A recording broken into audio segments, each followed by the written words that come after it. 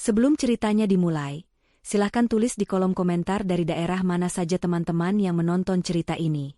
Jangan lupa like dan subscribe agar channel ini bisa semakin berkembang dan bisa mempersembahkan cerita yang lebih menarik lagi. Dunia Dania adalah dunia yang terbuat dari kaca, baja, dan ambisi yang dipoles hingga berkilau. Dari balik meja mahoni raksasanya di lantai 40 gedung pencakar langit, kota Jakarta terhampar di bawahnya seperti permadani lampu yang tak berujung. Ia adalah CEO Dania Adijaya, nama yang disegani di dunia korporat, seorang wanita yang membangun kerajaannya sendiri dari nol. Rapat-rapat penting, keputusan bernilai miliaran rupiah, dan ratusan karyawan yang menggantungkan hidup padanya adalah sarapannya sehari-hari. Jarinya yang lentik dengan kuku terawat sempurna mengetuk pelan permukaan meja, matanya yang tajam menatap deretan angka di layar monitor raksasa di dinding ruangannya. Pikirannya setajam silet, membedah setiap data, menganalisis setiap risiko, dan merumuskan strategi dengan presisi seorang ahli bedah. Di dunia ini, Dania adalah ratu. Ia memegang kendali penuh. Namun, kendali itu seolah menguap begitu ia melangkahkan kakinya melewati pintu utama rumah mewahnya di kawasan elit. Di sana, di dalam istana yang ia bangun dengan keringat dan otaknya sendiri, dunianya menjadi rapuh. Di sana, ia bukanlah seorang CEO, melainkan hanya istri dari Bastian. Suaminya, seorang pria dengan senyum $1 juta dan pesona yang bisa meluluhkan investor paling alot sekalipun, sayangnya tidak pernah menggunakan bakat itu untuk hal yang benar. Bastian menyebut dirinya seorang pebisnis properti, seorang visioner yang melihat peluang di mana orang lain tidak melihatnya. Kenyataannya, proyek-proyeknya lebih sering menjadi fatamorgana yang menelan uang dalam jumlah masif. Visi besarnya selalu berakhir dengan kerugian besar, dan modalnya selalu berasal dari satu sumber yang sama, Dania. Malam itu, suasana di ruang makan terasa dingin meskipun pendingin ruangan diatur pada suhu yang nyaman. Denting pelan sendok dan garpu yang beradu dengan piring porselen mahal, menjadi satu-satunya musik yang mengisi keheningan di antara mereka. Bastian, seperti biasa, tampak sempurna dengan kemeja rancangan desainer yang pas di badannya. Ia memulai percakapan dengan nada riang yang dibuat-buat, menceritakan tentang harinya, tentang pertemuan-pertemuan imajiner yang terdengar begitu menjanjikan. Dania hanya mendengarkan dengan setengah hati, pikirannya masih tertinggal di ruang rapat, memikirkan proposal akuisisi yang harus ia putuskan besok. Ia sudah hafal alur ini, pemanasan sebelum permintaan inti. Sayang, Bastian akhirnya memulai, meletakkan sendok dan garpunya. Ia menatap Dania dengan tatapan yang dulu selalu berhasil membuat Dania luluh. Aku menemukan sebuah lahan yang luar biasa strategis di selatan. Potensinya tidak main-main. Kalau kita bisa membangun klaster eksklusif di sana, keuntungannya bisa 10 kali lipat. Dania menghela napas pelan, berusaha menekan rasa lelah yang tiba-tiba menjalari seluruh tubuhnya. Ini dia. Bastian, kita sudah pernah membahas ini. Proyekmu yang terakhir masih menyisakan utang pada kontraktor. Aku belum melihat laporannya lunas. Wajah Bastian langsung berubah muram. Ia memasang ekspresi terluka, seolah Dania baru saja menamparnya. Kenapa kamu selalu begitu? Kenapa kamu tidak pernah bisa mendukungku dengan tulus? Aku ini suamimu. Kesuksesanku adalah kesuksesanmu juga. Apakah kamu lebih suka melihatku gagal? Ini adalah senjata andalannya. Memutarbalikkan fakta, membuat Dania merasa bersalah karena logis dan berhati-hati. Dulu, taktik ini selalu berhasil. Dania akan merasa tidak enak, merasa menjadi istri yang tidak suportif, dan akhirnya luluh. Tapi malam ini, sesuatu terasa berbeda. Kesabarannya sudah menipis setipis kertas. Namun, ia juga terlalu lelah untuk berdebat. Pertengkaran hanya akan menguras energinya yang berharga, yang ia butuhkan untuk pertempuran sesungguhnya di kantor besok. Berapa yang kamu butuhkan? Tanya Dania dengan nada datar, tanpa menatap mata suaminya.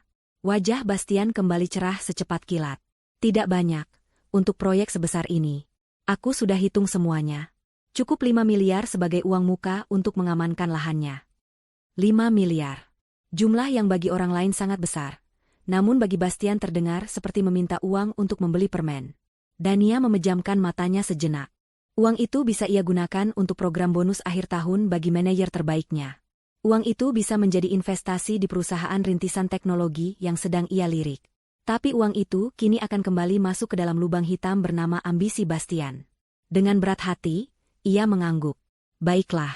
Besok aku akan suruh asistenku untuk mentransfernya.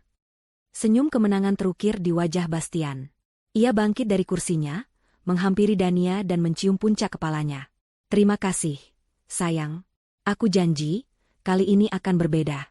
Kamu tidak akan menyesal, bisiknya. Dania tidak merasakan apa-apa. Ciuman itu terasa hampa, janjinya terdengar kosong. Setelah Bastian masuk ke kamar mereka, Dania tetap duduk di meja makan.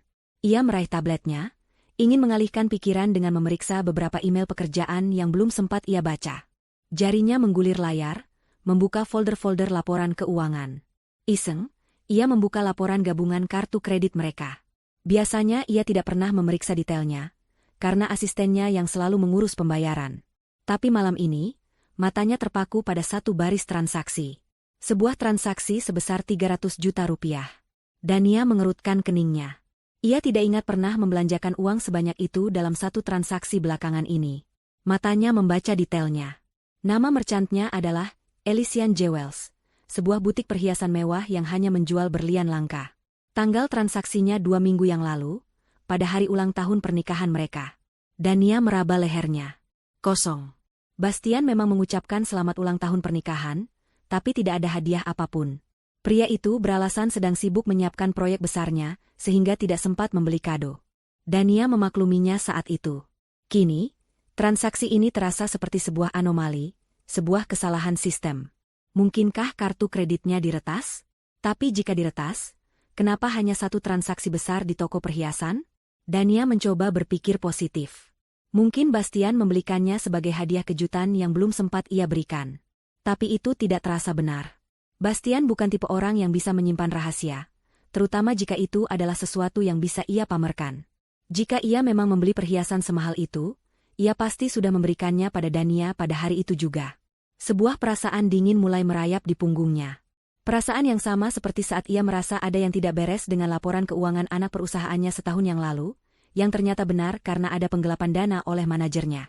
Ini adalah insting bisnisnya, alarm internalnya yang berbunyi ketika ada sesuatu yang salah. 300 juta rupiah. Sebuah kalung berlian. Hadiah ulang tahun pernikahan yang tidak pernah ia terima. Uang itu telah dibelanjakan, tapi barangnya tidak ada padanya. Lalu, untuk siapa kalung itu? Kemana perginya perhiasan semahal itu? Pertanyaan itu menggantung di udara malam yang sunyi, terasa lebih berat dan lebih mengancam daripada tumpukan proposal bisnis di mejanya. Fajar menyingsing di ufuk timur, namun Dania sama sekali tidak tidur. Pertanyaan tentang transaksi misterius itu terus berputar di kepalanya, mengusir kantuknya. Pagi itu, ia berangkat ke kantor lebih awal dari biasanya. Wajahnya ia poles dengan riasan sempurna untuk menutupi lingkaran hitam di bawah matanya, mengenakan setelan kerja paling tajam untuk memperkuat citranya sebagai wanita yang tak tergoyahkan. Tidak ada seorang pun yang boleh tahu bahwa fondasi dunianya sedang retak. Di dalam mobil dalam perjalanan ke kantor, ia tidak menyentuh tabletnya untuk membaca berita bisnis seperti biasa. Ia hanya menatap kosong ke jalanan Jakarta yang mulai padat, pikirannya menyusun sebuah rencana. Ia tidak akan mengkonfrontasi Bastian. Tidak sekarang. Konfrontasi tanpa bukti kuat hanya akan menjadi pertengkaran tanpa ujung yang akan dimenangkan oleh Bastian dengan sandiwara dan manipulasi. Dania adalah seorang CEO. Ia tidak bertindak berdasarkan emosi, ia bertindak berdasarkan data. Sesampainya di kantor, orang pertama yang ia panggil ke ruangannya bukanlah direktur keuangannya, melainkan Rina, asisten pribadinya yang sudah bekerja dengannya selama hampir 10 tahun. Rina adalah wanita yang cekatan, loyal, dan yang paling penting, bisa menjaga rahasia. Rina, aku butuh bantuanmu untuk sesuatu yang sangat pribadi dan rahasia, ujar Dania dengan nada serius, begitu pintu ruangannya tertutup rapat.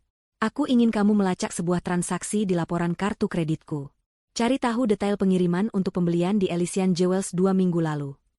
Rina, yang merasakan kegentingan dalam suara atasannya, hanya mengangguk patuh. Baik, Ibu, saya akan segera mengerjakannya. Sambil menunggu Rina bekerja, Dania mencoba fokus pada pekerjaannya. Namun, itu adalah hal tersulit yang pernah ia lakukan. Pikirannya terus melayang. Setiap senyum Bastian tadi pagi, setiap kata-kata manisnya, kini terasa seperti racun. Ia memimpin rapat dewan direksi dengan autopilot, suaranya terdengar tegas dan percaya diri seperti biasa, namun di dalam hatinya ada badai yang bergejolak. Siang harinya, Rina masuk kembali ke ruangannya dengan wajah tegang. Ia meletakkan sebuah map tipis di atas meja Dania. Saya sudah mendapatkan informasinya, Ibu, kata Rina pelan. Barang tersebut memang dibeli atas nama Bapak Bastian. Menurut catatan dari pihak butik, Barang tersebut dikirimkan pada hari yang sama menggunakan kurir pribadi ke sebuah alamat unit apartemen di Menara Cendana. Jantung Dania berdebar kencang. Menara Cendana. Ia tahu gedung itu. Sebuah apartemen mewah di pusat kota, tapi ia tidak mengenal seorang pun yang tinggal di sana. Tentu saja, itu bukan alamat kantor atau rumah kerabat mereka. Terima kasih, Rina. Tolong rahasiakan ini. Jangan sampai ada orang lain yang tahu, kata Dania. Suaranya nyaris tidak terdengar. Setelah Rina keluar, Dania membuka map itu. Di dalamnya ada selembar kertas berisi alamat lengkap unit apartemen tersebut. Unit 17B, Menara Cendana. Alamat itu terasa asing, namun juga terasa seperti vonis. Kecurigaannya bukan lagi sekadar firasat, kini ia punya titik awal. Sepotong benang merah yang siap ia tarik untuk mengurai kekusutan yang jauh lebih besar. Sore itu juga, ia menghubungi nomor telepon yang ia dapat dari kepala keamanan perusahaannya. Nomor seorang penyelidik swasta terbaik di kota itu. Seseorang yang bekerja dalam diam dan memberikan hasil yang akurat. Pertemuan itu dilakukan di sebuah lounge hotel yang sepi. Pria di hadapannya, bernama Hardy, adalah seorang pria parubaya dengan penampilan biasa yang tidak akan menarik perhatian di tengah keramaian. Tapi matanya tajam dan cara bicaranya lugas. Dania menjelaskan situasinya tanpa basa-basi. Ia memberikan nama suaminya, Bastian, dan alamat apartemen di Menara Cendana. Saya ingin tahu siapa yang tinggal di unit itu, dan apa hubungannya dengan suami saya. Saya ingin bukti, foto, video, catatan aktivitas. Apapun yang bisa Anda temukan. Kerjakan secepat mungkin, dan berapapun biayanya, akan saya bayar, ujar Dania dengan suara dingin dan mantap. Hardy mengangguk. Saya mengerti, Bu Dania. Beri saya waktu 3 hari. 3 hari berikutnya adalah 3 hari terpanjang dalam hidup Dania. Ia menjalani rutinitasnya seperti biasa, menjadi CEO di siang hari dan menjadi istri di malam hari. Ia makan malam bersama Bastian, mendengarkan bualan suaminya tentang proyek fiktifnya, bahkan tersenyum saat Bastian menceritakan lelucon. Tapi di balik senyum itu, ada kebencian yang mulai tumbuh. Setiap sentuhan Bastian terasa menjijikan, setiap perhatiannya terasa palsu. Ia merasa seperti sedang memainkan sebuah peran dalam sebuah drama yang menyakitkan, menunggu tirai panggung diturunkan dan kebenaran terungkap. Ia melihat suaminya seolah baru pertama kali. Ia memperhatikan cara Bastian yang selalu gelisah saat memeriksa ponselnya, caranya yang sering pamit keluar untuk menerima telepon dengan alasan, urusan bisnis penting. Semua detail kecil yang dulu ia abaikan, kini terlihat sangat jelas sebagai tanda-tanda kebohongan. Pada hari ketiga, Hardy menghubunginya. Saya sudah punya laporannya, Bu. Kita bisa bertemu di tempat yang sama. Jantung Dania terasa seperti akan melompat dari dadanya. Sore itu, di lounge hotel yang sama, Hardy menyerahkan sebuah amplop coklat tebal. Tangan Dania sedikit gemetar saat menerimanya. Wanita yang tinggal di unit 17B bernama Sinta. Dia tidak bekerja. Suami Anda yang membayar sewa apartemen dan semua kebutuhannya. Jelas Hardy dengan nada datar. Selama 2 hari pengintaian, suami Anda datang setiap sore dan baru pulang larut malam. Semua dokumentasinya ada di dalam amplop. Dania tidak menjawab. Ia hanya menatap amplop di tangannya. Setelah membayar jasa Hardy, ia segera kembali ke mobilnya. Ia tidak sanggup membukanya di tempat umum. Di dalam mobil, dengan tangan yang masih gemetar, ia merobek segel amplop itu. Ia mengeluarkan setumpuk foto berkualitas tinggi. Foto pertama menunjukkan Bastian sedang memeluk seorang wanita di lobi apartemen. Wanita itu cantik, lebih muda dari Dania, dengan tipe penampilan yang mencolok. Foto kedua, mereka sedang bergandengan tangan, tertawa bahagia. Foto ketiga, mereka sedang berciuman di depan pintu unit 17B. Setiap foto terasa seperti tusukan pisau di hatinya. Ia terus menarik foto-foto itu satu persatu, masing-masing lebih menyakitkan dari yang sebelumnya. Lalu ia sampai pada foto terakhir. Foto yang paling menghancurkan. Itu adalah foto close-up Sinta, yang sedang tersenyum manja ke arah kamera, kemungkinan besar difoto oleh Bastian sendiri. Dan di leher jenjang wanita itu, melingkar dengan angkuh sebuah kalung berlian yang berkilauan. Kalung yang sama, yang dibeli dengan uang Dania, sebagai hadiah ulang tahun pernikahan mereka. Pada saat itu, Dania tidak merasakan amarah yang meledak-ledak. Ia juga tidak menangis. Yang ia rasakan adalah sesuatu yang lebih dalam dan lebih dingin. Rasa sakit pengkhianatan itu begitu hebat hingga melumpuhkan semua emosi lainnya, menyisakan sebuah kekosongan yang membekukan. Cinta yang dulu ia miliki untuk Bastian telah mati, digantikan oleh sesuatu yang baru. Sesuatu yang keras, tajam, dan berbahaya. Ia menatap foto Sinta yang tersenyum mengejek itu, dan dalam hatinya, sang CEO telah mengambil alih. Ini bukan lagi masalah rumah tangga. Ini adalah perang. Dan Dania Adijaya tidak pernah kalah dalam perang. Dania mengemudikan mobilnya pulang dalam keheningan yang pekat. Hujan mulai turun, membasahi kaca depan dan memburamkan lampu-lampu kota menjadi kilatan warna yang abstrak. Suara penyiar radio yang berceloteh riang terasa begitu sumbang dengan suasana hatinya. Ia mematikan radio, membiarkan hanya suara wiper yang bergerak monoton menemaninya. Amplop coklat berisi bukti-bukti pengkhianatan itu tergeletak di kursi penumpang di sebelahnya. Benda itu terasa berat, seolah berisi bongkahan timah, bukan hanya lembaran-lembaran kertas foto. Hatinya tidak lagi terasa sakit seperti saat pertama kali melihat foto-foto itu. Rasa sakit itu telah bermetamorfosis menjadi sesuatu yang lain. Sesuatu yang dingin, keras, dan tajam. Itu adalah ketenangan yang menakutkan, ketenangan yang datang sebelum badai besar. Ia tidak akan menangis. Air mata adalah kemewahan yang tidak ia miliki saat ini. Air mata adalah untuk mereka yang lemah, dan ia telah memutuskan bahwa ia tidak akan menjadi lemah. Sesampainya di rumah, ia masuk dengan langkah mantap. Bastian belum pulang. Bagus. Itu memberinya waktu. Ia langsung menuju ruang kerjanya, sebuah ruangan berdinding kaca yang menghadap ke taman belakang yang rimbun. Di sana, di balik sebuah lukisan abstrak modern, terdapat sebuah brankas tersembunyi. Dengan kombinasi angka yang hanya ia yang tahu, ia membuka pintu baja tebal itu dan meletakkan amplop coklat itu di dalamnya, di samping tumpukan sertifikat saham dan dokumen-dokumen penting perusahaannya. Benda itu kini berada di tempat yang semestinya, sebuah bukti dalam sebuah arsip kejahatan. Ia kemudian mandi, berganti pakaian dengan gaun rumah yang nyaman, dan duduk di ruang keluarga, menunggu. Ia tidak menyalakan televisi atau membuka laptopnya. Ia hanya duduk dalam diam, mengumpulkan kekuatannya, menyusun kata-kata yang akan ia ucapkan dalam benaknya. Setiap menit terasa seperti 1 jam. Sekitar pukul 9 malam, suara mobil Bastian terdengar memasuki garasi. Tak lama kemudian, pintu depan terbuka dan Bastian masuk dengan senyum cerah di wajahnya, seolah ia baru saja pulang dari sebuah perjalanan bisnis yang sukses. Ia pasti baru saja meninggalkan apartemen Sinta, pikir Dania getir. Bastian menghampirinya, hendak menciumnya, tapi Dania sedikit memundurkan kepalanya, membuat ciuman itu mendarat canggung di pipinya. Malam, sayang. Maaf aku terlambat, ada pertemuan mendadak dengan klien, kata Bastian, melepaskan dasinya. Kebohongan itu meluncur begitu saja dari mulutnya, begitu alami. Duduklah, Bastian. Ada yang ingin aku bicarakan, kata Dania, suaranya terdengar tenang namun tanpa kehangatan sedikit pun. Bastian merasakan perubahan atmosfer itu. Senyumnya sedikit memudar. Tentu. Ada apa? Sepertinya serius. Ia duduk di sofa di seberang Dania, meletakkan tas kerjanya di lantai. Dania menatap lurus ke mata suaminya. Bagaimana proyek lahan di selatan itu? Yang kau bilang butuh modal 5 miliar dariku. Bastian tampak sedikit lega. Mungkin ia mengira Dania hanya akan membahas soal uang lagi. Oh, itu. Semuanya berjalan lancar. Aku sudah bertemu dengan pemilik tanahnya, kami sudah mencapai kesepakatan awal. Senin besok aku akan menandatangani akta jual belinya. Jawabnya dengan penuh percaya diri, merangkai cerita fiktifnya dengan cepat. Ini akan menjadi proyek terbesar kita. Sayang, aku sangat bersemangat. Dania mengangguk pelan, membiarkan suaminya terus berbicara. Ia membiarkan Bastian menggali lubangnya sendiri, semakin dalam dengan setiap kebohongan yang ia ucapkan. Ia bertanya tentang detail lokasi, tentang rencana pembangunannya, tentang target pasarnya.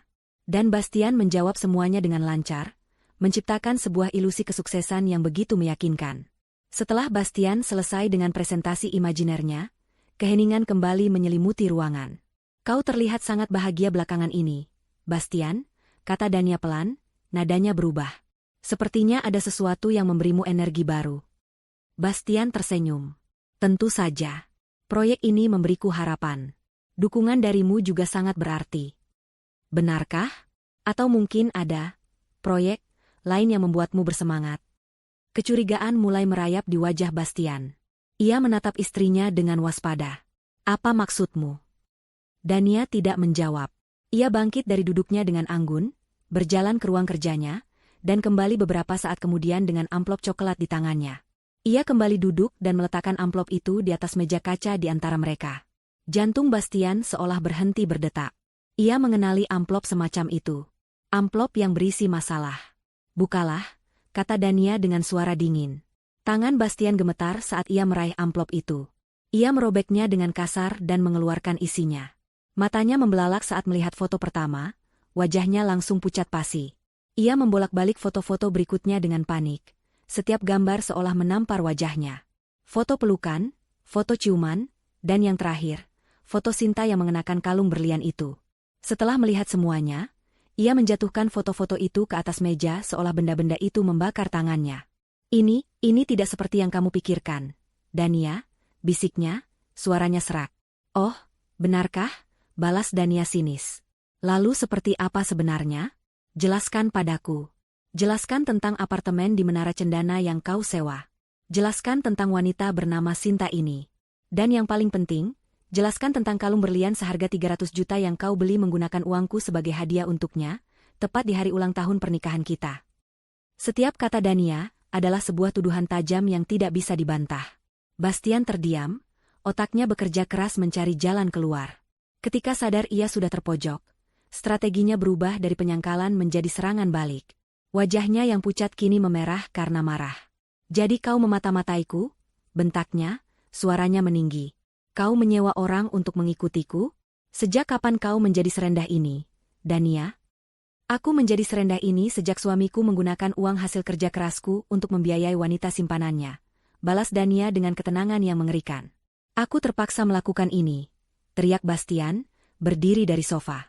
Karena kamu tidak pernah ada untukku. Kamu lebih mencintai pekerjaanmu daripada aku. Kantor adalah suamimu yang sebenarnya.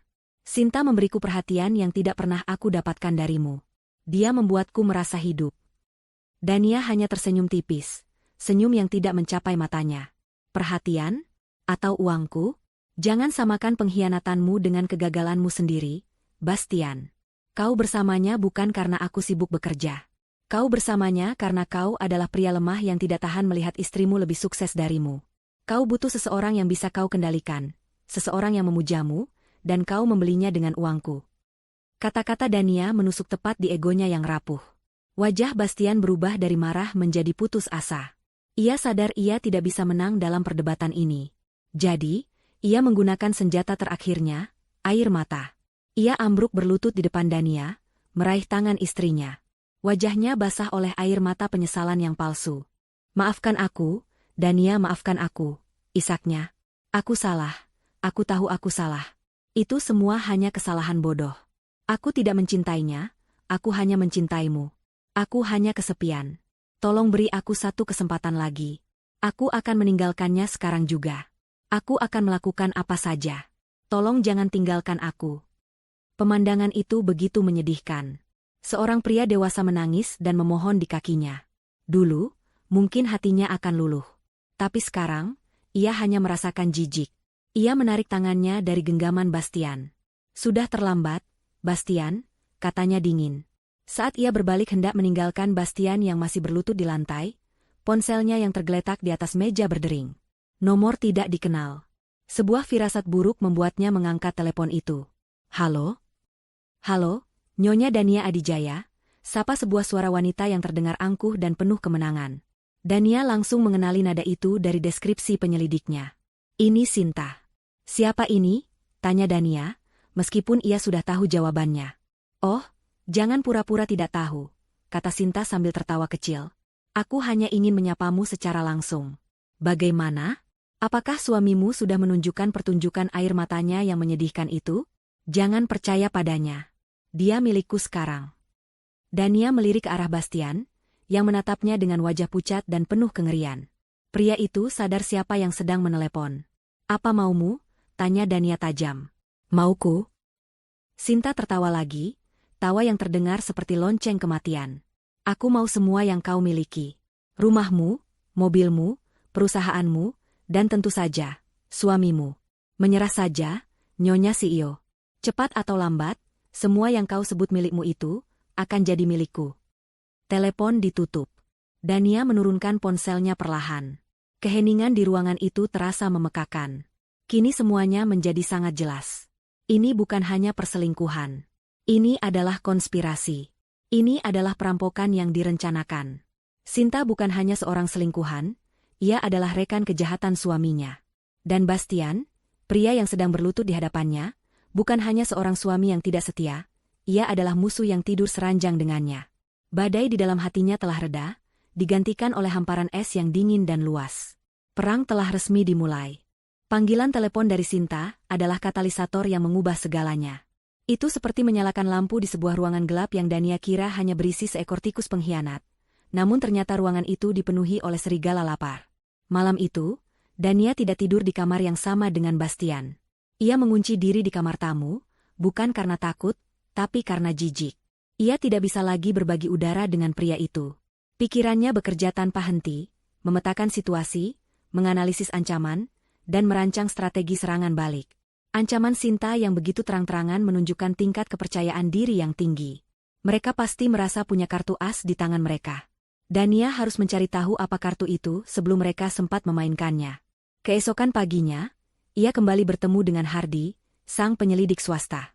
Kali ini, pertemuan mereka bukan lagi tentang membuktikan perselingkuhan. Ini bukan lagi masalah rumah tangga, Pak Hardy, kata Dania dengan nada tegas, matanya berkilat dingin. Ini adalah konspirasi untuk mengambil alih seluruh aset saya. Saya ingin Anda mengubah fokus penyelidikan. Lupakan Bastian. Saya ingin Anda menggali semua informasi tentang wanita itu, Sinta. Siapa dia sebenarnya? Dari mana asalnya? Apa latar belakangnya? Siapa saja orang-orang di sekitarnya? Dan yang paling penting, saya ingin Anda memantau semua komunikasi dan aktivitas keuangan mereka. Saya ingin tahu apa rencana mereka selanjutnya. Jangan khawatir soal biaya. Hardy, yang sudah berpengalaman menangani berbagai macam kasus, melihat perubahan pada kliennya. Wanita di hadapannya bukan lagi seorang istri yang terluka, melainkan seorang jenderal yang sedang merencanakan perang. Baik, Bu. Saya akan mengerahkan tim terbaik saya, jawabnya. Penyelidikan Hardy bergerak cepat dan efisien. Dalam beberapa hari, potongan-potongan puzzle mulai terkumpul, dan gambar yang terbentuk jauh lebih mengerikan dari yang Dania bayangkan. Sinta bukanlah seorang wanita biasa yang terjebak dalam perselingkuhan. Laporan Hardy menunjukkan bahwa Sinta memiliki jejak digital yang mencurigakan. Ia beberapa kali mengubah namanya. Latar belakang pendidikannya tidak jelas, dan ia tidak punya riwayat pekerjaan yang resmi. Namun, ia pernah beberapa kali terhubung dengan kasus-kasus penipuan yang melibatkan pria-pria kaya, meskipun ia selalu berhasil lolos tanpa tuntutan hukum. Dia adalah seorang predator profesional. Laporan berikutnya lebih detail lagi. Tim Hardy berhasil menyadap komunikasi mereka. Dari percakapan telepon dan pesan teks, terungkap bahwa Bastian telah membocorkan informasi-informasi sensitif tentang keuangan dan bisnis Dania kepada Sinta. Mereka membahas tentang aset-aset pribadi Dania, tentang celah-celah hukum yang mungkin bisa mereka manfaatkan. Bahkan, mereka kedapatan mencoba memalsukan tanda tangan Dania pada beberapa dokumen transfer aset minor sebagai uji coba. Rencana mereka jelas, mereka tidak hanya ingin menikmati uang Dania, mereka ingin merebut kepemilikannya secara sistematis. Setiap laporan baru yang diterima Dania terasa seperti hantaman di ulu hatinya. Namun ia menelannya bulat-bulat, mengubah rasa sakit itu menjadi bahan bakar untuk ketegasannya. Ia mulai mengambil langkah-langkah pengamanan. Ia mengubah semua kata sandi perbankan dan akses digitalnya. Ia menyewa tim audit independen untuk memeriksa kemungkinan adanya sabotase atau pencurian data di perusahaannya. Ia bahkan memasang sistem keamanan yang lebih canggih di rumahnya. Ia bergerak dalam senyap, tidak menunjukkan perubahan sikap apapun di depan Bastian, yang kini bersikap seperti anak anjing yang patuh, terus-menerus meminta maaf dan mencoba bersikap manis, tidak menyadari bahwa Dania sudah mengetahui permainannya.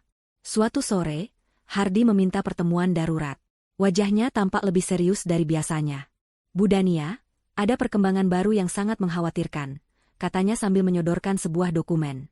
Tim saya menemukan bahwa sebulan yang lalu, Bastian menghubungi agen asuransi Anda. Dania merasakan firasat buruk. Untuk apa? Dia tidak melakukan perubahan apapun. Tapi dia menanyakan banyak sekali pertanyaan. Pertanyaan-pertanyaan yang sangat spesifik. Hardy berhenti sejenak, seolah memilih kata-kata yang tepat. Dia bertanya tentang prosedur klaim untuk polis asuransi jiwa Anda.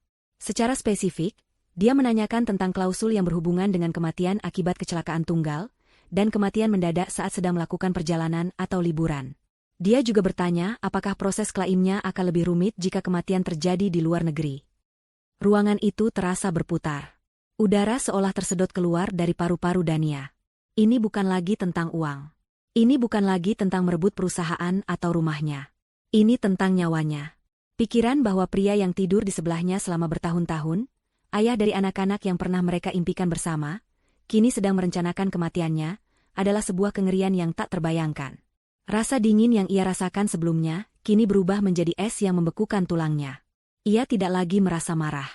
Ia merasa takut. Untuk pertama kalinya dalam waktu yang sangat lama, Dania Adijaya merasa takut. Namun, rasa takut itu tidak melumpuhkannya. Sebaliknya, rasa takut itu mempertajam instingnya untuk bertahan hidup. Malam itu, ia tidak bisa tidur. Setiap suara di dalam rumahnya yang besar itu terdengar seperti ancaman. Suara derit lantai, suara angin di jendela. Ia membayangkan skenario-skenario terburuk. Rem mobilnya yang disabotase. Makanan atau minumannya yang diracuni. Sebuah kecelakaan di tangga rumahnya. Keesokan harinya, ia sudah kembali menjadi dirinya yang tegar. Ia tahu ia tidak bisa menunjukkan rasa takutnya. Ia harus melanjutkan permainan ini, sampai ia memiliki cukup bukti untuk menghancurkan mereka berdua sekaligus. Ia menghubungi Hardy lagi, memberinya instruksi baru yang lebih mendesak. Saya ingin Anda mencari tahu lebih dalam tentang pertanyaan Bastian kepada agen asuransi itu. Apakah ada hal lain? Sekecil apapun detailnya, saya ingin tahu. 2 hari kemudian, Hardy kembali dengan informasi pamungkas. Informasi yang menjadi paku terakhir di peti mati pernikahannya. Agen asuransi itu awalnya ragu untuk bicara, tapi dengan sedikit bujukan, dia akhirnya mengaku, kata Hardy pelan. Bastian tidak hanya bertanya. Dia secara spesifik meminta formulir untuk menambahkan wali atau penerima manfaat sekunder pada polis Anda. Dia beralasan ingin menambahkannya atas nama perusahaan cangkang untuk tujuan investasi.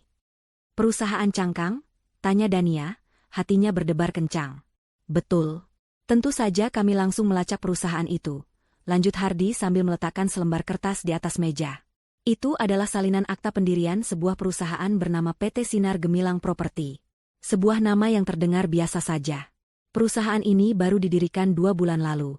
Tidak punya kantor, tidak punya aktivitas bisnis. Modalnya nol. Dania menatap dokumen itu, matanya menyusuri setiap baris tulisan, sampai akhirnya ia menemukan apa yang ia cari. Di bagian dewan direksi, hanya ada satu nama yang tercantum. Satu nama yang mengakhiri semua keraguan dan spekulasi. Satu nama yang mengkonfirmasi bahwa suaminya menginginkannya mati agar wanita itu bisa mengambil semuanya. Direktur Utama, Sinta Amelia. Penemuan nama Sinta sebagai direktur utama perusahaan cangkang yang akan menjadi penerima manfaat asuransi jiwanya adalah titik balik bagi Dania. Ketakutan yang sempat membekukan tulangnya kini mulai mencair, tergantikan oleh amarah dingin yang membara. Ia sadar, menunggu dan bertahan saja tidak cukup.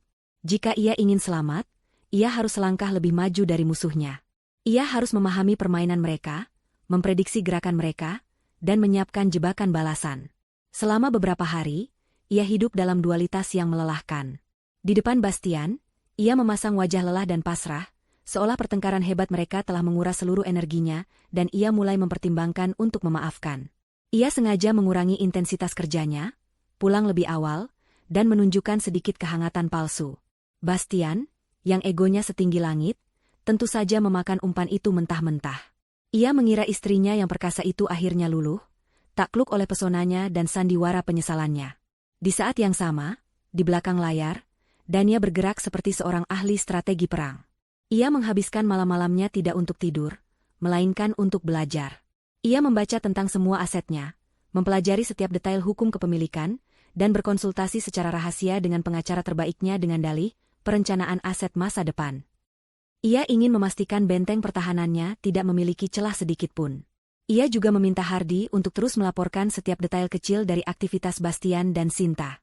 Suatu malam, Bastian pulang dengan sebuket besar bunga lili putih, bunga favorit Dania. Pria itu memasang senyumnya yang paling menawan. Aku tahu beberapa minggu ini berat untuk kita, katanya dengan nada lembut. Aku sudah banyak berpikir. Aku ingin kita memperbaiki semuanya, memulai dari awal. Dania hanya menatap bunga itu, mencium aroma manisnya yang kini terasa memuakan. Memulai dari awal tidak semudah itu, Bastian. Aku tahu, sahut Bastian cepat. Karena itu aku punya ide. Bagaimana kalau kita pergi berlibur? Hanya kita, dan mungkin ibu, supaya suasananya lebih hangat. Kita ke Bali. Aku sudah melihat sebuah villa pribadi yang sangat indah. Jauh dari keramaian. Kita bisa benar-benar bicara dari hati ke hati, memperbaiki semua yang sudah rusak. Jantung Dania berdetak lebih kencang. Ini dia. Undangan ke rumah jagal. Pertanyaan tentang klaim asuransi jika kematian terjadi saat berlibur tiba-tiba berdengung di telinganya.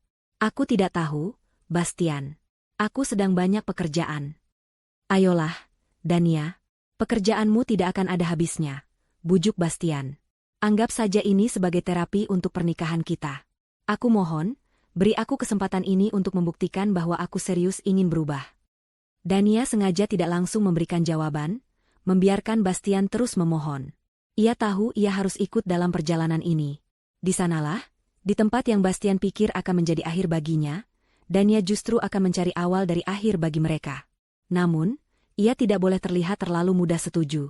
Benar saja, keesokan harinya, teleponnya berdering. Nama, Ibu Nikmah, tertera di layar. Dania menarik napas dalam-dalam sebelum menjawab. Halo, Ibu. Dania, sayang. Apa kabar? Sapa Ibu Nikmah dengan suaranya yang selalu terdengar ceria.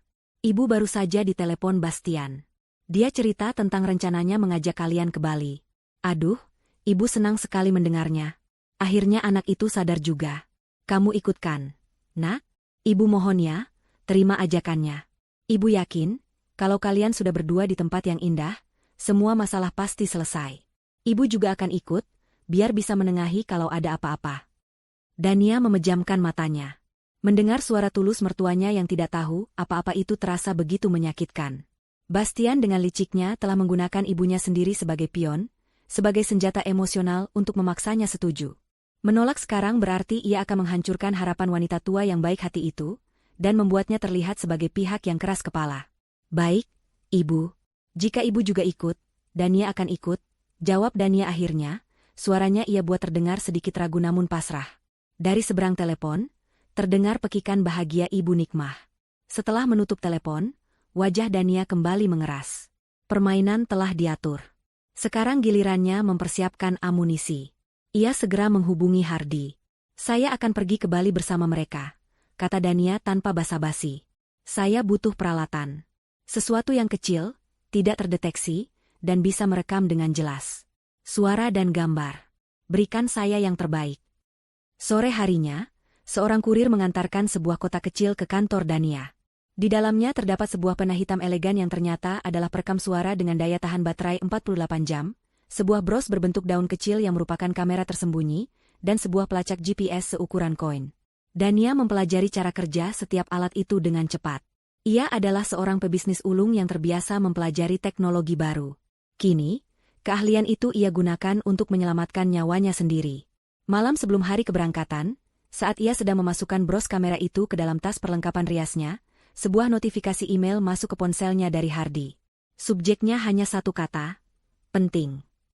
Dania membukanya dengan perasaan tegang. Isinya adalah laporan singkat yang membuat darahnya terasa dingin. Ibu Dania, sekadar informasi tambahan untuk kewaspadaan Anda. Tim kami menemukan riwayat pencarian internet dari laptop yang sering digunakan Bastian di sebuah kafe internet dekat apartemen Sinta. 2 hari yang lalu, ada pencarian untuk kata kunci, dosis mematikan obat tidur yang dijual bebas, dan cara sewa perahu pribadi di lepas pantai Bali tanpa meninggalkan jejak. Laporan lengkap akan menyusul. Mohon berhati-hati. Dania menatap layar ponselnya lama, jari-jarinya terasa kaku. Jadi begitu rencana mereka. Sebuah kecelakaan di laut lepas setelah membuatnya tak sadarkan diri. Semuanya begitu jelas, begitu mengerikan. Ia tidak lagi hanya berjalan masuk ke sarang singa, ia sedang diterbangkan langsung ke tengah arena gladiator, di mana hanya ada satu pemenang yang akan keluar hidup-hidup. Ia menarik napas panjang, menenangkan jantungnya yang berdebar kencang. Ia menatap pantulan dirinya di cermin.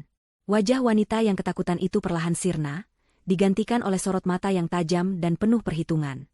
Baiklah, Bastian, batinnya. Kau ingin bermain di laut? Akan kupastikan kau yang akan tenggelam. Pesawat pribadi milik perusahaan Dania mendarat mulus di Bandara Ngurah Rai. Udara hangat dan lembab khas Bali langsung menyambut mereka begitu pintu terbuka. Ibu Nikmah tampak begitu bersemangat. Wajahnya berseri-seri saat melihat hamparan langit biru. Bastian, di sisinya, memainkan perannya dengan sempurna. Ia merangkul bahu Dania, tersenyum pada ibunya, dan berbicara dengan para staf bandara dengan ramah. Ia tampak seperti seorang suami dan anak yang berbakti, membawa keluarganya berlibur. Hanya Dania yang bisa melihat kilatan aneh di matanya, sebuah antisipasi mengerikan di balik senyumnya yang dipoles. Villa yang mereka tuju terletak di daerah Uluwatu, bertengger di atas tebing dengan pemandangan langsung ke Samudra Hindia yang tak terbatas. Tempat itu luar biasa indah, dengan arsitektur modern yang menyatu dengan alam, kolam renang pribadi yang seolah menyambung dengan lautan, dan taman-taman tropis yang terawat sempurna. Siapapun akan menyebut tempat ini surga. Bagi Dania, tempat ini adalah neraka yang indah, sebuah panggung megah yang telah disiapkan untuk adegan terakhir dalam hidupnya. Luar biasa, Bastian. Kamu pintar sekali memilih tempat ini, puji Ibu Nikmah, matanya berbinar-binar mengagumi pemandangan. Benar kan, Dania? Tempat ini sangat romantis. Sempurna untuk kalian berdua. Sangat indah, Ibu, jawab Dania sambil tersenyum tipis. Ia merasakan lengan Bastian mengencang di pinggangnya. Sebuah gestur posesif yang terasa seperti belenggu. Selama sisa hari itu, Dania harus menahan siksaan sandiwara keluarga bahagia. Ibu Nikmah, dengan niatnya yang paling tulus, terus-menerus menciptakan momen-momen canggung. Ia menyuruh Dania dan Bastian untuk berfoto dengan latar belakang matahari terbenam, meminta mereka untuk saling menyuapi buah di tepi kolam renang, dan terus bercerita tentang masa-masa awal pernikahan mereka yang penuh cinta. Setiap kata pujian dari Ibu Nikmah untuk putranya terasa seperti sayatan di hati Dania. Wanita tua yang baik hati ini memuji calon pembunuh menantunya sendiri tanpa tahu apa-apa. Rasa kesepian Dania semakin menjadi-jadi. Ia dikelilingi oleh orang-orang yang ia kenal, namun ia merasa benar-benar sendirian. Sementara itu, ia terus mengamati. Matanya bekerja seperti pemindai, merekam setiap detail. Ia memperhatikan bagaimana Bastian selalu meletakkan ponselnya dengan layar menghadap ke bawah. Ia melihat bagaimana Bastian beberapa kali pamit ke toilet, namun kembali dengan waktu yang lebih lama dari biasanya. Ia juga sadar bahwa suaminya itu sangat berhati-hati dengan minuman yang ia minum, hanya meminum dari botol air mineral yang ia buka sendiri. Tentu saja, pikir Dania sinis, seorang peracun akan sangat takut diracuni. Sore harinya, saat Ibu Nikmah sedang tidur siang dan Bastian sedang menerima telepon di ujung taman, Dania melihat kesempatannya. Ia berjalan santai ke area bar mini di ruang keluarga yang terbuka. Dengan gerakan cepat dan terlatih, ia meletakkan pena perekam suara di dalam sebuah pot tanaman hias kecil yang ada di atas meja bar. Posisi yang sempurna untuk menangkap percakapan apapun di seluruh area ruang keluarga dan ruang makan. Bros kamera sudah tersemat dengan aman di salah satu shawl yang ia letakkan di sandaran sofa, lensanya yang mungil mengarah ke seluruh ruangan. Amunisinya sudah terpasang. Malam harinya, Bastian mengatur makan malam romantis yang diterangi cahaya lilin di teras villa. Ibu Nikmah tentu saja sangat senang dan memutuskan untuk makan di kamarnya sendiri, memberikan privasi untuk anak dan menantunya. Suasana terasa begitu surreal. Suara deburan ombak di bawah tebing, langit yang bertaburan bintang, alunan musik yang lembut, dan seorang pria yang sedang makan malam dengan wanita yang ingin ia bunuh. Aku harap kamu suka, kata Bastian lembut. Aku ingin semuanya sempurna. Terima kasih, Bastian. Ini indah, jawab Dania, memainkan makanannya dengan garpu. Mereka makan dalam keheningan yang canggung selama beberapa saat, sampai Bastian meletakkan gelas anggurnya dan menatap Dania. Dania, katanya dengan nada serius. Aku tahu aku sudah banyak menyakitimu. Tapi di tempat ini, aku merasa kita bisa benar-benar memulai lagi. Lupakan Sinta, lupakan semua kebodohanku. Aku hanya ingin kamu. Dania nyaris tertawa. Aktingnya benar-benar sempurna. Kata-kata saja tidak cukup, Bastian. Aku tahu. Karena itu aku punya kejutan untuk besok lusa. Lanjutnya, matanya berbinar.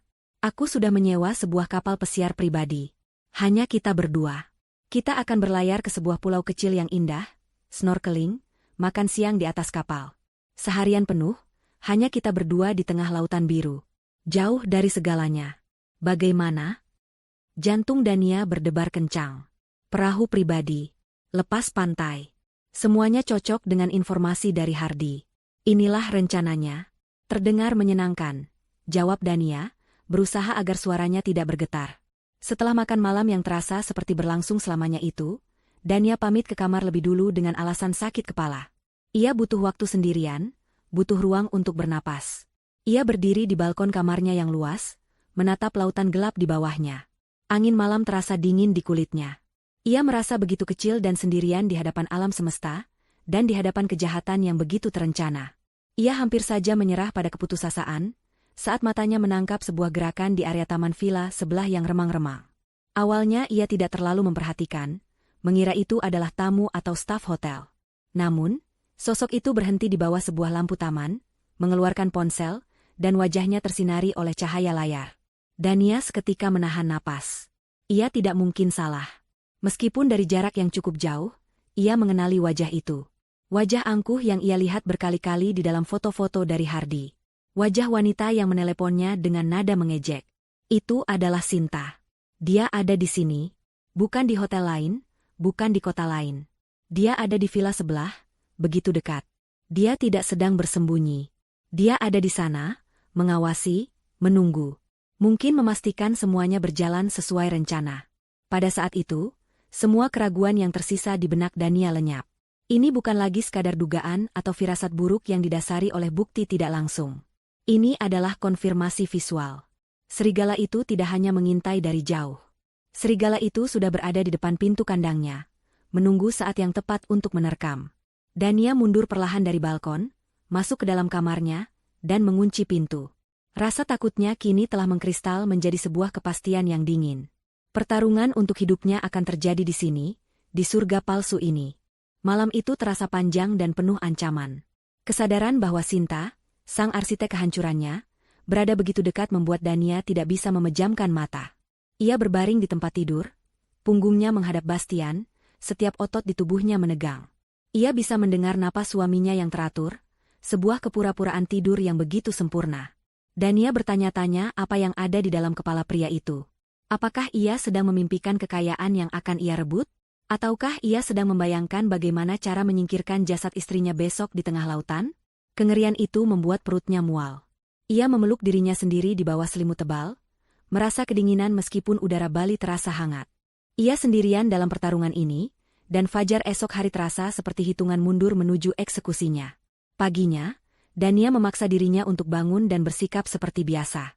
Ia memilih pakaian renang dan gaun musim panas yang cerah, merias wajahnya dengan teliti, seolah ia benar-benar sedang menikmati liburan. Saat ia keluar dari kamar, Bastian sudah duduk di meja makan bersama Ibu Nikmah. Suaminya tersenyum lebar melihatnya. Senyum seekor ular yang siap mematuk. "Selamat pagi, sayang. Tidurmu nyenyak?" sapa Bastian. "Sangat nyenyak," jawab Dania, membalas senyumnya dengan senyum palsu yang sama. Pemandangan dari kamar kita benar-benar membantu untuk tidur. Ibu Nikmah, yang tidak merasakan ketegangan sedikitpun, tertawa senang. "Benar kan? Apa kata ibu? Suasana di sini memang membawa damai. Hari ini kita mau kemana, Bas?" Ajak Dania ke tempat yang romantis. "Ya. Tentu saja, Ibu," kata Bastian sambil mengedipkan mata pada ibunya. "Hari ini kita akan bersantai saja. Mungkin kita bisa ke salah satu pura di atas tebing, lalu menikmati makan siang di Jimbaran. Biar Dania bisa istirahat total sebelum acara spesial kita besok." Hari itu berjalan seperti dalam sebuah film yang aneh. Mereka mengunjungi Pura Luhur Uluwatu, berfoto dengan latar belakang tebing yang curam dan monyet-monyet yang berkeliaran. Dania berjalan di samping Bastian, sesekali membiarkan pria itu merangkulnya demi menyenangkan Ibu Nikmah. Namun, matanya tidak pernah diam. Ia mengamati setiap orang di sekitar mereka, mencari-cari wajah Sinta di tengah keramaian turis. Ia tidak melihatnya, tapi ia tahu wanita itu ada di suatu tempat, mengawasi. Saat makan siang di sebuah restoran seafood di tepi pantai Jimbaran, Dania sangat berhati-hati. Ia hanya meminum air dari botol yang ia buka sendiri, dan hanya memakan makanan yang juga diambil oleh Ibu Nikmah. Bastian memperhatikan kehati-hatiannya itu dengan sudut matanya. "Kamu sepertinya tidak nafsu makan, sayang," tegur Bastian lembut. "Mungkin hanya sedikit kelelahan karena cuaca panas," jawab Dania diplomatis. Malam harinya adalah puncak dari semua sandiwara. Setelah seharian penuh berpura-pura, ketegangan di dalam diri Dania sudah mencapai batasnya.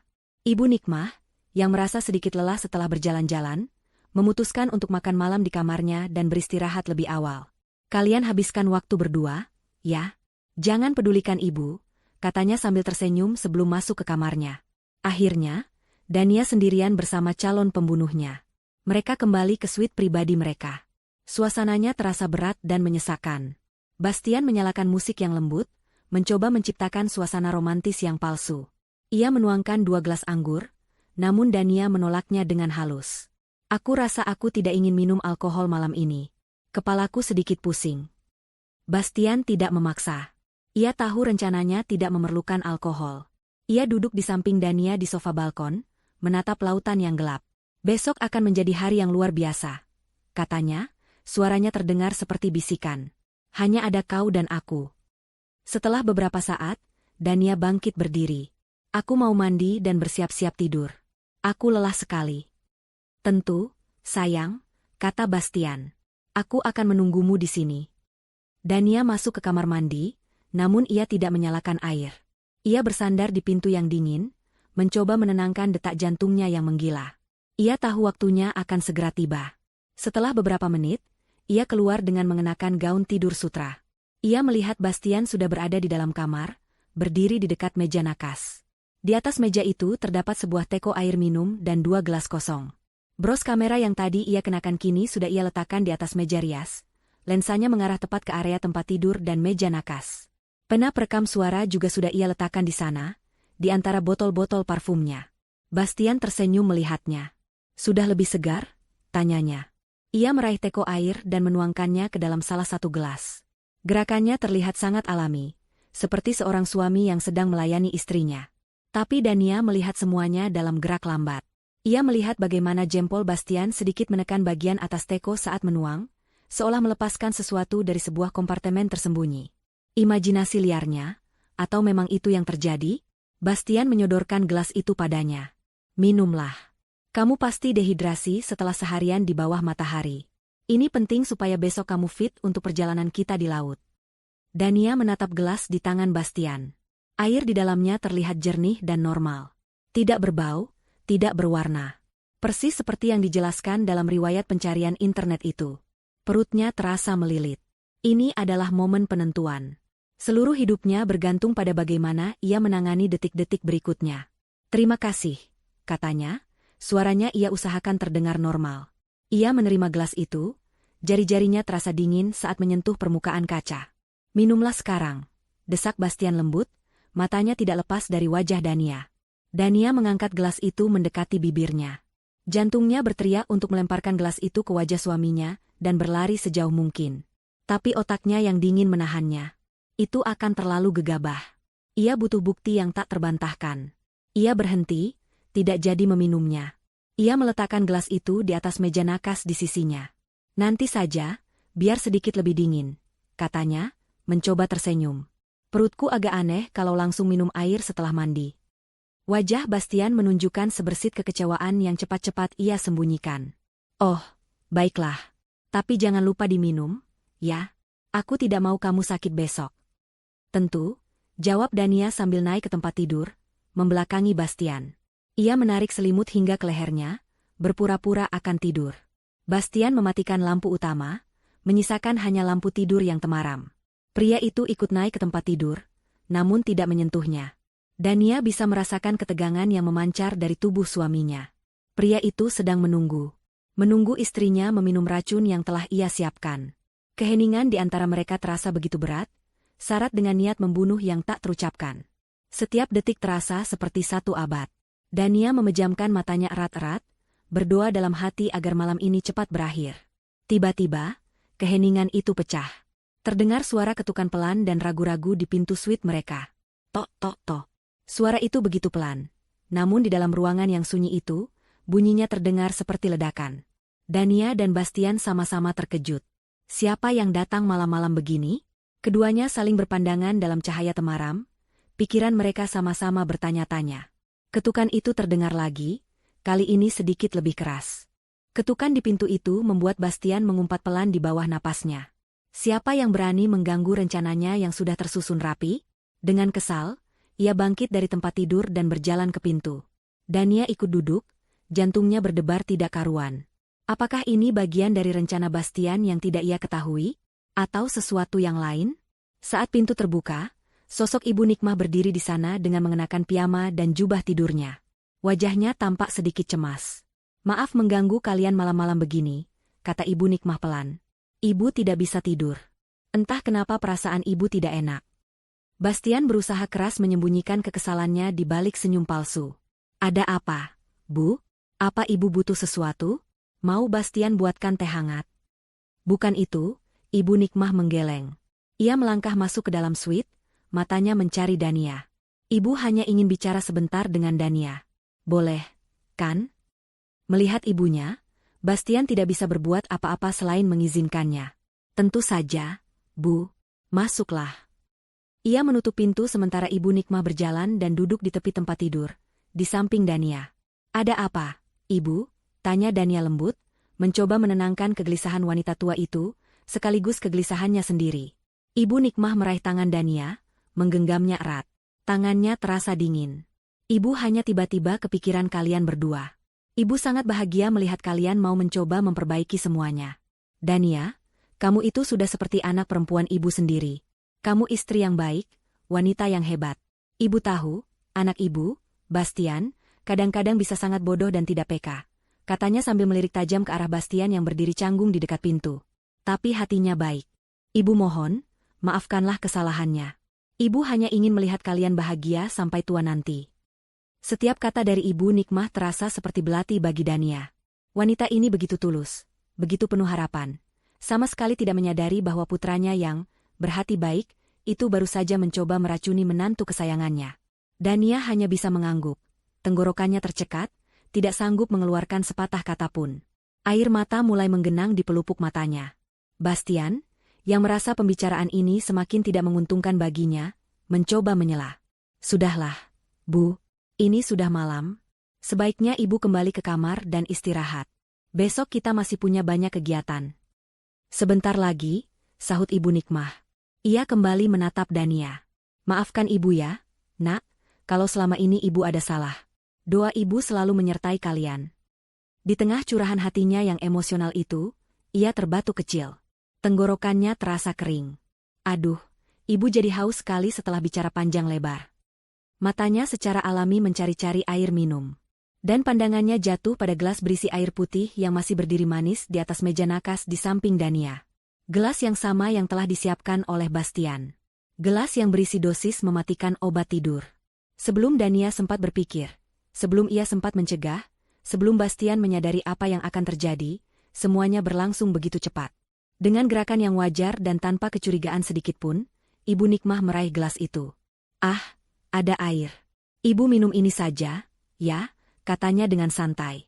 Pikiran Dania menjerit. Jangan. Tapi suaranya tidak keluar. Sebagian dari dirinya membeku karena syok, sebagian lagi ragu. Jika ia berteriak melarang, bagaimana ia akan menjelaskan alasannya? Itu akan membongkar semuanya sebelum ia punya bukti yang cukup. Bastian juga tampak membeku, matanya membelalak ngeri, tidak menyangka ibunya sendiri akan melakukan hal itu. Dalam 2 atau 3 tegukan cepat, Ibu Nikmah menghabiskan seluruh isi gelas itu.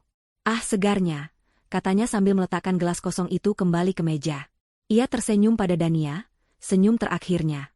Keheningan menyelimuti ruangan selama beberapa detik. Ibu Nikmah masih tersenyum, hendak melanjutkan perkataannya, namun tiba-tiba senyumnya memudar. Matanya yang tadinya berbinar kini tampak bingung. Ia mengerjap beberapa kali. Kepala ibu, kenapa tiba-tiba pusing sekali? Gumamnya, suaranya mulai tidak jelas. Ia memegang kepalanya. Ibu, panggil Dania panik, menggeser tubuhnya mendekat. Ibu Nikmah mencoba untuk berdiri, tapi kakinya lemas. Ia terhuyung. Matanya terbelalak, napasnya menjadi cepat dan pendek. Ia mencengkeram dadanya, tatapannya penuh ketakutan dan kebingungan.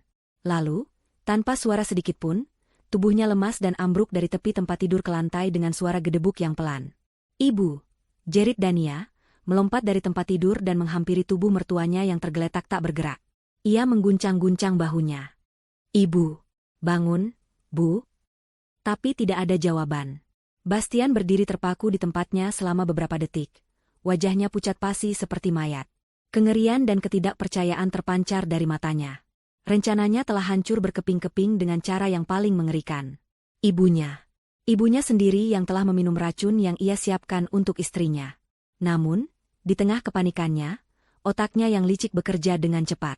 Di tengah tragedi yang ia ciptakan sendiri, ia melihat sebuah kesempatan. Sebuah jalan keluar. Seorang kambing hitam. Saat Dania sedang panik, Menangis sambil mencoba memeriksa denyut nadi di leher Ibu Nikmah, Bastian tiba-tiba bergerak. Wajahnya yang tadinya pucat karena syok kini berubah menjadi topeng kemarahan dan duka yang dibuat-buat. Matanya menatap Dania dengan kebencian yang menyala-nyala.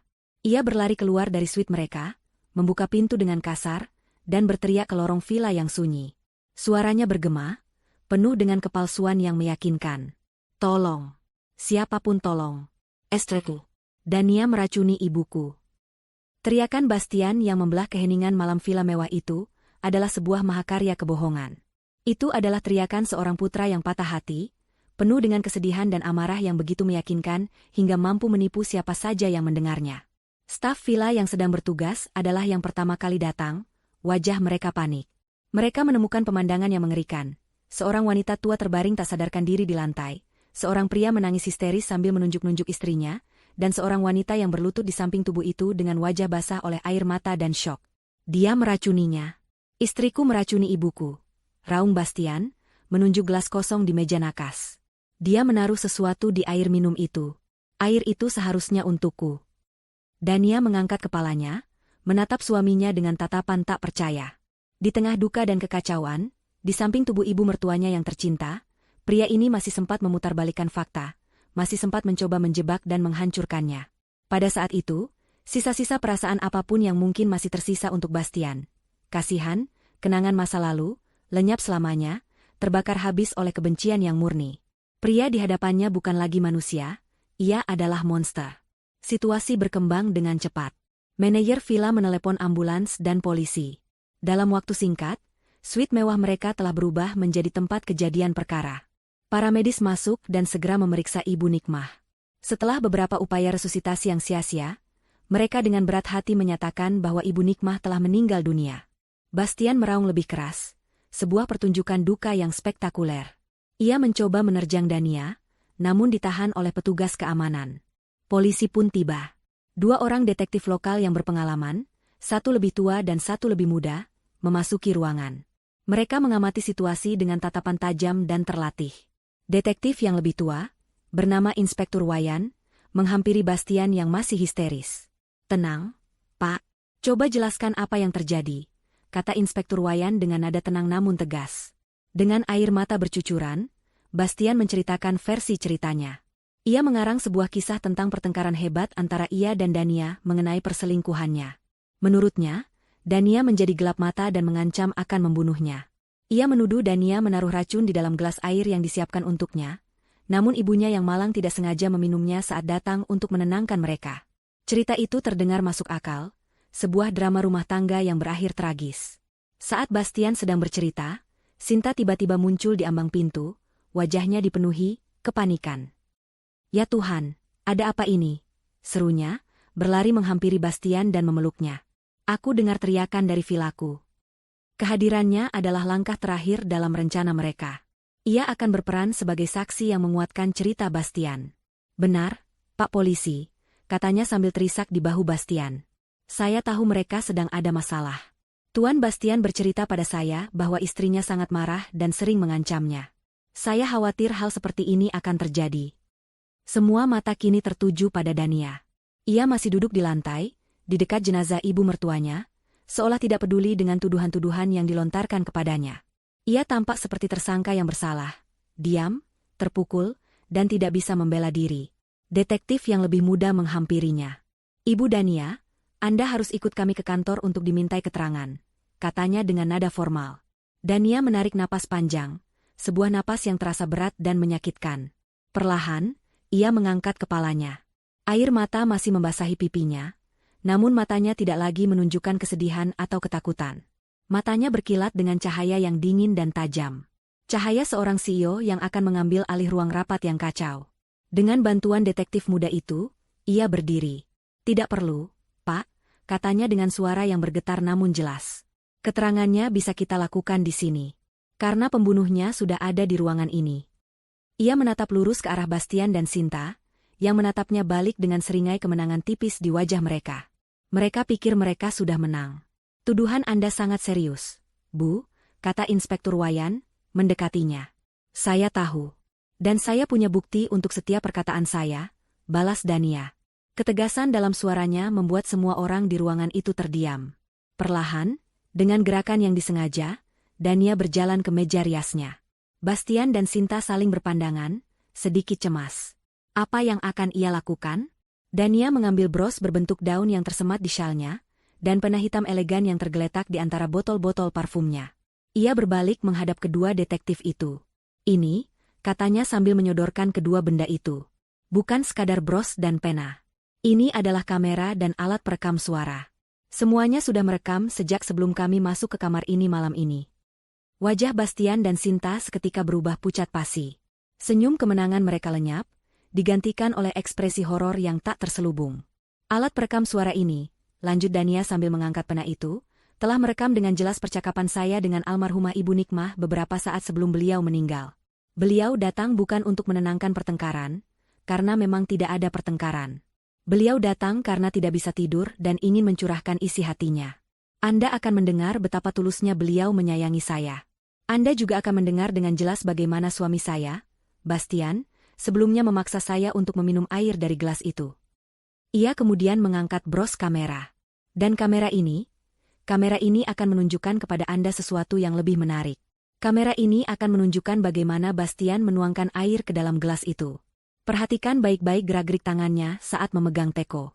Mungkin tim forensik Anda bisa menemukan sisa-sisa bubuk di sana.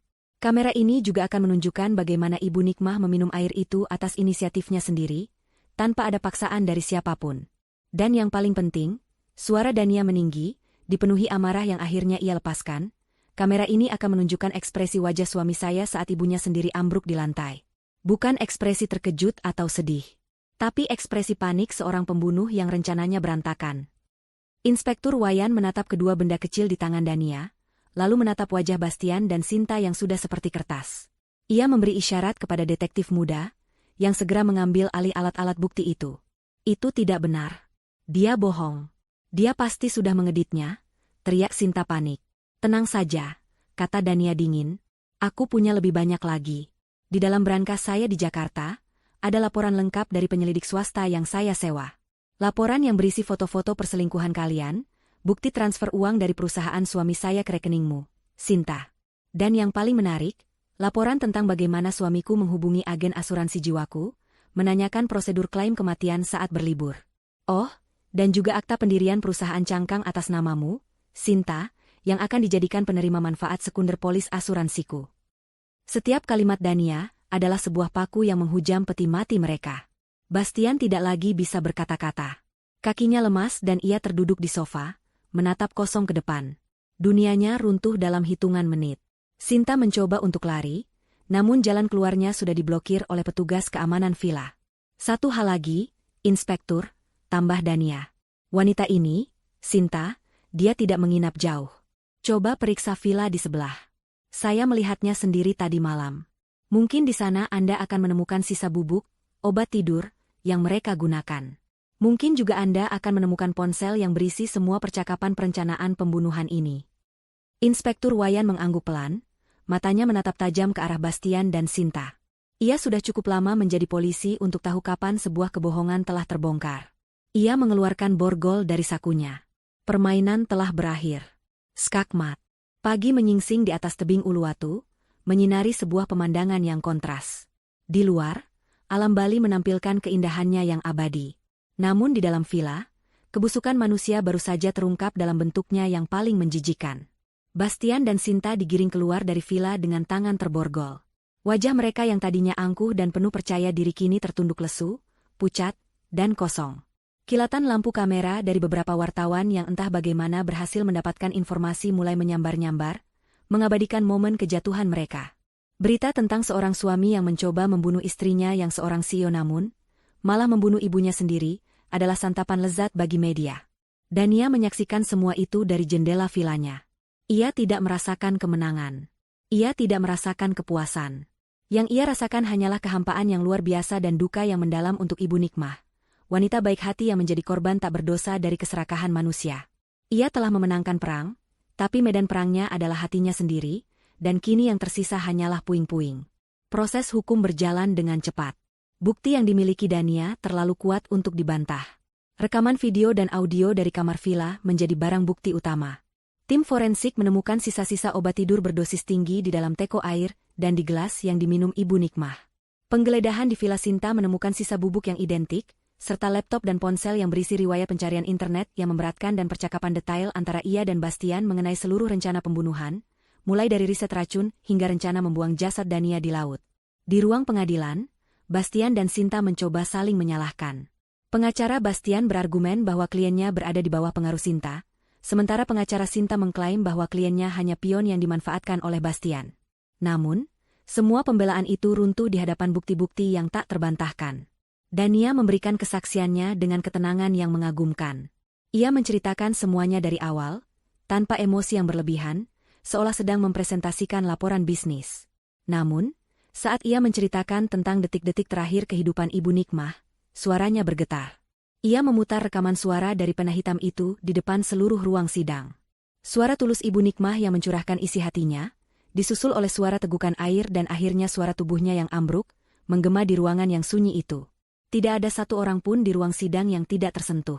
Bastian, yang duduk di kursi terdakwa, akhirnya hancur.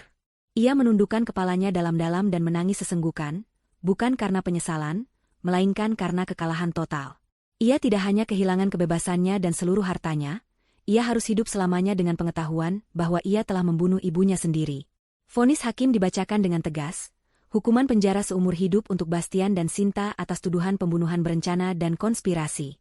Palu diketuk, mengakhiri babak tergelap dalam hidup Dania. Beberapa bulan kemudian, kehidupan Dania mulai menemukan ritmenya kembali, namun dengan melodi yang berbeda. Ia menjual rumah mewah yang pernah ia tinggali bersama Bastian, menghapus semua jejak pria itu dari hidupnya. Ia pindah ke sebuah apartemen penthouse yang lebih modern dan praktis di pusat kota, lebih dekat dengan kantornya. Ia membenamkan dirinya dalam pekerjaan, bukan lagi sebagai pelarian, tetapi sebagai bentuk penyembuhan. Perusahaannya justru semakin maju di bawah kepemimpinannya yang menjadi lebih tajam dan lebih berani. Suatu sore, ia berdiri di depan jendela kantornya, menatap matahari yang terbenam di antara gedung-gedung pencakar langit. Pemandangan yang sama seperti dulu, namun ia melihatnya dengan mata yang berbeda. Ia bukan lagi wanita yang sama. Pengkhianatan telah merenggut kenaifannya, namun memberinya kekuatan yang tak ia duga ia miliki. Ia selamat, ia menang, dan ia telah memastikan keadilan ditegakkan. Dengan sebagian besar aset gabungan mereka yang kini sepenuhnya menjadi miliknya, ia melakukan satu hal terakhir. Ia mendirikan sebuah yayasan atas nama Yayasan Nikmah Adijaya. Sebuah organisasi nirlaba yang didedikasikan untuk memberikan bantuan hukum dan perlindungan bagi perempuan korban kekerasan dalam rumah tangga dan penipuan. Itu adalah caranya untuk menghormati Ibu Nikmah, mengubah tragedi menjadi sebuah warisan kebaikan. Fajar baru telah menyingsing dalam hidupnya. Ia telah berjalan melewati lembah tergelap dan keluar di sisi lain, bukan tanpa luka, tetapi utuh dan jauh lebih kuat. Ia menatap cakrawala, siap untuk memulai babak baru, bukan sebagai korban, tetapi sebagai seorang penyintas yang akan mendedikasikan sisa hidupnya untuk memastikan tidak ada wanita lain yang harus mengalami neraka yang pernah ia lalui. Keadilan telah ditegakkan, karma telah terbayar lunas, dan Dania Adijaya akhirnya menemukan kedamaiannya kembali. 5 tahun adalah waktu yang panjang sekaligus singkat. Cukup panjang untuk menyembuhkan luka yang paling dalam, namun cukup singkat untuk membuat kenangan pahit masih terasa nyata jika disentuh. Bagi Dania Adijaya, 5 tahun adalah sebuah era transformasi.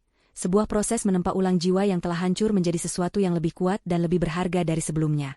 Pagi itu, di kantornya yang kini menempati 3 lantai teratas sebuah gedung pencakar langit yang lebih baru dan lebih megah, Dania sedang memimpin rapat dewan direksi. Penampilannya masih sama tajamnya, setelan kerja yang dirancang khusus, rambut yang ditata sempurna, dan sorot mata yang mampu menganalisis neraca keuangan paling rumit dalam hitungan detik. Namun, ada sesuatu yang berbeda dalam auranya. Dulu, auranya adalah aura ambisi yang dingin dan tak tersentuh. Kini, auranya adalah aura kekuatan yang tenang dan penuh empati. Ia tidak lagi hanya memimpin dengan otaknya, ia memimpin dengan hati yang telah melalui api. Proposal dari Divisi Riset dan Pengembangan untuk program inkubasi startup teknologi yang dipimpin oleh perempuan saya setujui, katanya dengan suara tegas yang menggema di seluruh ruangan. Alokasikan dana 2 kali lipat dari yang mereka ajukan. Saya tidak mau program ini hanya sekadar formalitas. Saya mau program ini melahirkan Dania-Dania baru di masa depan. Keputusannya disambut dengan anggukan hormat dari para direktur. Tidak ada yang berani membantah. Mereka tahu, Visi Dania tidak pernah salah. Sejak insiden tragis di Bali, perusahaannya tidak goyah.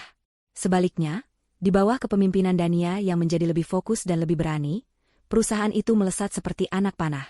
Ia melakukan ekspansi ke pasar internasional, mengakuisisi beberapa kompetitor, dan menjadikan perusahaannya sebagai salah satu pemain utama di tingkat Asia Tenggara. Ia menjadi legenda di dunia bisnis, seorang wanita yang selamat dari neraka dan kembali untuk membangun surga versinya sendiri. Setelah rapat selesai, ia kembali ke ruangannya. Ruangan itu tidak lagi didominasi oleh warna-warna monokrom yang dingin. Ada sentuhan warna-warna hangat, sebuah lukisan impresionis yang cerah di dinding, dan beberapa pot anggrek bulan yang sedang mekar dengan indahnya. Ia tidak lagi tinggal di rumah mewah yang penuh kenangan buruk itu. Rumah itu telah ia jual beserta seluruh isinya, seolah menghapus sebuah bab yang salah dari buku hidupnya. Kini ia tinggal di sebuah penthouse di puncak gedung apartemen yang sama dengan kantornya, sebuah tempat yang ia rancang sendiri, sebuah sangkar emas yang nyaman, tempatnya memulihkan diri dan menemukan kembali dirinya. Di sela-sela kesibukannya, ia belajar untuk menikmati hidup. Ia mulai melukis lagi, hobi masa kecilnya yang lama terkubur. Ia menghabiskan akhir pekannya dengan beberapa sahabat dekat yang terbukti setia menemaninya di masa-masa sulit, bukan lagi dikelilingi oleh lingkaran sosialita palsu. Ia tidak mencari cinta baru. Bukan karena ia trauma, tapi karena ia sudah merasa utuh dengan dirinya sendiri. Ia telah belajar bahwa sumber kebahagiaan terbesarnya bukanlah validasi dari seorang pria, melainkan kedamaian dalam dirinya sendiri. Sementara itu, di tempat lain yang jauh dari gemerlap dunia Dania, waktu berjalan dengan ritme yang berbeda. Di dalam sebuah sel sempit di lembaga pemasyarakatan dengan keamanan maksimum, Bastian menjalani hari-harinya dalam monoton yang mematikan. 5 tahun di penjara telah merenggut semua yang dulu ia banggakan. Pesonanya telah luntur, tergantikan oleh tatapan mata yang kosong dan putus asa. Tubuhnya yang dulu tegap kini sedikit membungkuk. Rambutnya yang dulu selalu tertata rapi kini mulai ditumbuhi uban. Ia bukan lagi seorang manipulator yang lihai. Di dalam dunia penjara yang keras, hierarkinya berbeda. Pesona dan bualan tidak ada harganya. Ia hanyalah seorang narapidana bernomor, seorang pria yang membunuh ibunya sendiri. Stigma itu melekat padanya seperti bayangan, membuatnya dihormati sekaligus dicemooh oleh narapidana lain. Siang hari, ia bekerja di bengkel pertukangan, tangannya yang dulu hanya terbiasa memegang pulpen mahal kini kapalan karena mengamplas kayu. Namun, siksaan terberatnya bukanlah pekerjaan fisik atau hilangnya kebebasan. Siksaan terberatnya datang di malam hari. Saat lampu sel dipadamkan dan hanya suara dengkuran narapidana lain yang terdengar, pikirannya akan selalu kembali ke malam itu di Bali. Ia akan melihat lagi wajah ibunya yang tersenyum tulus, mendengar lagi suaranya yang penuh harapan. Ia akan merasakan lagi kepanikan saat ibunya meraih gelas itu, dan kengerian saat tubuh ibunya ambruk ke lantai. Ingatan itu datang lagi dan lagi, sebuah film horor pribadi yang diputar tanpa henti di dalam kepalanya. Tidak ada penyesalan yang tulus di dalam dirinya, hanya ada penyesalan karena gagal, karena tertangkap. Namun, bayangan ibunya, Ibu Nikmah, wanita satu-satunya yang mencintainya tanpa syarat, adalah hantu yang tidak akan pernah meninggalkannya. Kadang-kadang, melalui televisi di aula bersama, ia melihat berita tentang Dania. Ia melihat kesuksesan mantan istrinya yang semakin meroket. Ia melihat berita tentang sebuah yayasan yang didirikan oleh Dania, sebuah yayasan yang namanya membuat perut Bastian terasa seperti ditusuk ribuan jarum, Yayasan Nikmah Adijaya. Mengetahui bahwa nama ibunya yang ia bunuh kini menjadi simbol harapan bagi para wanita korban pengkhianatan sepertinya, adalah sebuah ironi yang begitu kejam, sebuah hukuman psikologis yang jauh lebih berat daripada dinding penjara manapun. Di blok wanita di penjara yang berbeda, Sinta juga menjalani nerakanya sendiri. Dunianya yang dulu penuh dengan kemewahan, pujian, dan kekuasaan atas pria-pria kaya, kini telah menyusut menjadi sebuah sel berukuran 2x3 meter yang berbau lembab. Kecantikannya yang dulu menjadi senjata utamanya kini tidak ada artinya. Di sini, ia hanyalah seorang narapidana lain. Ia mencoba menggunakan taktik manipulasinya pada para sipir dan narapidana lain, namun usahanya selalu gagal total. Dunia di dalam penjara memiliki aturannya sendiri, dan ia bukanlah pemainnya. Ia menjadi sosok yang pahit, penuh amarah, dan selalu menyalahkan orang lain atas nasibnya. Ia menyalahkan Bastian yang bodoh, menyalahkan Dania yang licik, menyalahkan dunia yang tidak adil. Ia tidak pernah sekalipun bercermin dan melihat monster di dalam dirinya. Hidupnya kini hanyalah penantian panjang menuju ketiadaan. Malam itu, Dania menghadiri sebuah acara penggalangan dana untuk Yayasan Nikmah Adijaya. Yayasan itu kini telah menjadi salah satu organisasi paling berpengaruh di negeri ini. Mereka tidak hanya memberikan bantuan hukum, tetapi juga menyediakan rumah aman, konseling psikologis, dan pelatihan keterampilan bagi para wanita untuk bisa mandiri secara finansial. Dania tidak tampil sebagai seorang CEO yang glamor malam itu. Ia mengenakan gaun yang sederhana namun elegan, menyapa para tamu dan donatur dengan senyum hangat. Puncak acara malam itu adalah pidato dari salah satu alumni program yayasan. Seorang wanita muda bernama Maya, yang beberapa tahun lalu nyaris kehilangan segalanya karena penipuan berkedok cinta yang mirip dengan apa yang Dania alami. Dengan suara yang sedikit bergetar namun penuh kekuatan, Maya menceritakan kisahnya di atas panggung. 2 tahun lalu, saya adalah seorang wanita yang hancur, katanya. Saya kehilangan semua tabungan saya diusir dari rumah saya, dan yang lebih parah, saya kehilangan kepercayaan pada diri saya sendiri. Saya merasa bodoh, tidak berharga, dan sendirian. Sampai suatu hari, saya menemukan Yayasan Nikmah Adijaya. Di sini, saya tidak dihakimi. Saya diterima, didengarkan, dan dibela. Mereka tidak hanya mengembalikan uang saya melalui jalur hukum, mereka mengembalikan harga diri saya. Mereka mengajari saya bahwa menjadi korban bukanlah sebuah aib, dan meminta tolong adalah sebuah bentuk kekuatan. Dania mendengarkan dari barisan depan, matanya berkaca-kaca. Di sebelahnya, foto besar Ibu Nikmah yang sedang tersenyum lembut dipajang dengan indah, dikelilingi oleh rangkaian bunga lili putih. Nama yayasan ini diambil dari seorang ibu yang menjadi korban dari sebuah kejahatan yang tak terbayangkan. Lanjut Maya, suaranya semakin mantap. Namun, putrinya, Ibu Dania, telah mengubah tragedi itu menjadi sebuah sumber kekuatan bagi ribuan wanita seperti saya. Kematian Ibu Nikmah tidak sia-sia. Semangat kebaikannya kini hidup di dalam diri setiap wanita yang kami selamatkan. Semangatnya hidup di dalam diri saya. Tepuk tangan membahana di seluruh ruangan. Dania naik ke panggung untuk memeluk Maya. Dalam pelukan wanita muda itu, Dania merasakan sebuah kepuasan yang tidak pernah ia dapatkan dari keuntungan bisnis sebesar apapun. Ini adalah warisannya. Ini adalah kemenangannya yang sesungguhnya. Malam harinya, setelah acara selesai, Dania berdiri di balkon penthouse-nya, menatap kerlip lampu kota yang tak pernah tidur. Angin malam membelai wajahnya. 5 tahun yang lalu, di sebuah balkon di Bali, angin yang sama terasa dingin dan penuh ancaman. Malam ini, angin itu terasa seperti bisikan kedamaian. Ia tidak lagi melihat bayangan Bastian atau Sinta dalam hidupnya. Mereka hanyalah catatan kaki dalam sebuah buku yang sudah selesai ia tulis. Ia menatap langit, seolah bisa melihat senyum tulus Ibu Nikmah di antara bintang-bintang. "Terima kasih, Ibu," bisiknya pada angin. "Semua ini untukmu." Tragedi tidak mendefinisikannya. Pengkhianatan tidak menghancurkannya. Sebaliknya, semua itu telah menempanya menjadi baja. Ia telah berjalan melewati api dan tidak terbakar. Ia telah menyelam ke lautan paling dalam dan kembali ke permukaan untuk bernapas. Dania Adijaya tidak lagi hanya seorang penyintas. Ia adalah mercusuar. Dan cahayanya akan terus bersinar, menjadi penunjuk jalan bagi mereka yang tersesat dalam kegelapan. Ia akhirnya menemukan kedamaian, bukan dengan melupakan masa lalu, tetapi dengan mengubahnya menjadi kekuatan untuk masa depan.